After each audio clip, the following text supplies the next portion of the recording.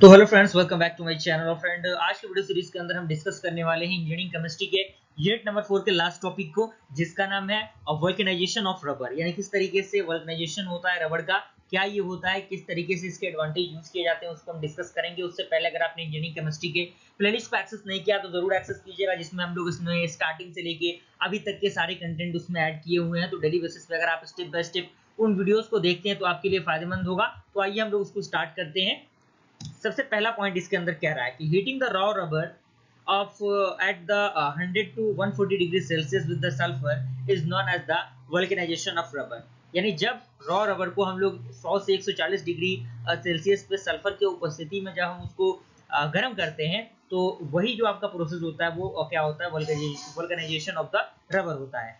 अगला पॉइंट कह रहा है कि S combines the chemically at the double bond of the different rubber spring and provide that the cross linking with the stiffness rubber, and the amount of S added determine the extent of the stiffness of the vulcanized rubber।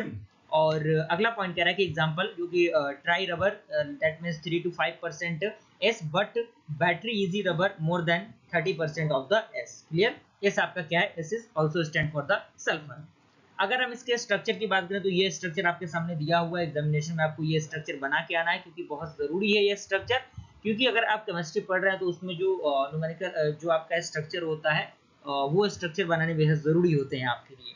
Clear हुआ? ये सारे points आपके clear हुए होंगे। अगला हमारा है advantage. Advantage क्या होता है इसका? पहला पॉइंट कह रहा है कि it has good tensile strength than the unvulcanised rubber. यानी इसके पास जो टेंसाइल होता है वो बेहतर होता है। एंड अगला पॉइंट कह रहा है कि it has better resistant to moisture, oxidation and abrasions. यानी ये क्या होता है, इसके पास बेटर रेजिस्टेंस होता है मॉइस्चर के अकॉर्डिंग, ऑक्सीडेशन के अकॉर्डिंग। एंड अगला पॉइंट कह रहा है कि इट हैज लो इलास्टिसिटी, यानी इसके पास क्या होता है, कम इलास्टिसिटी होता है।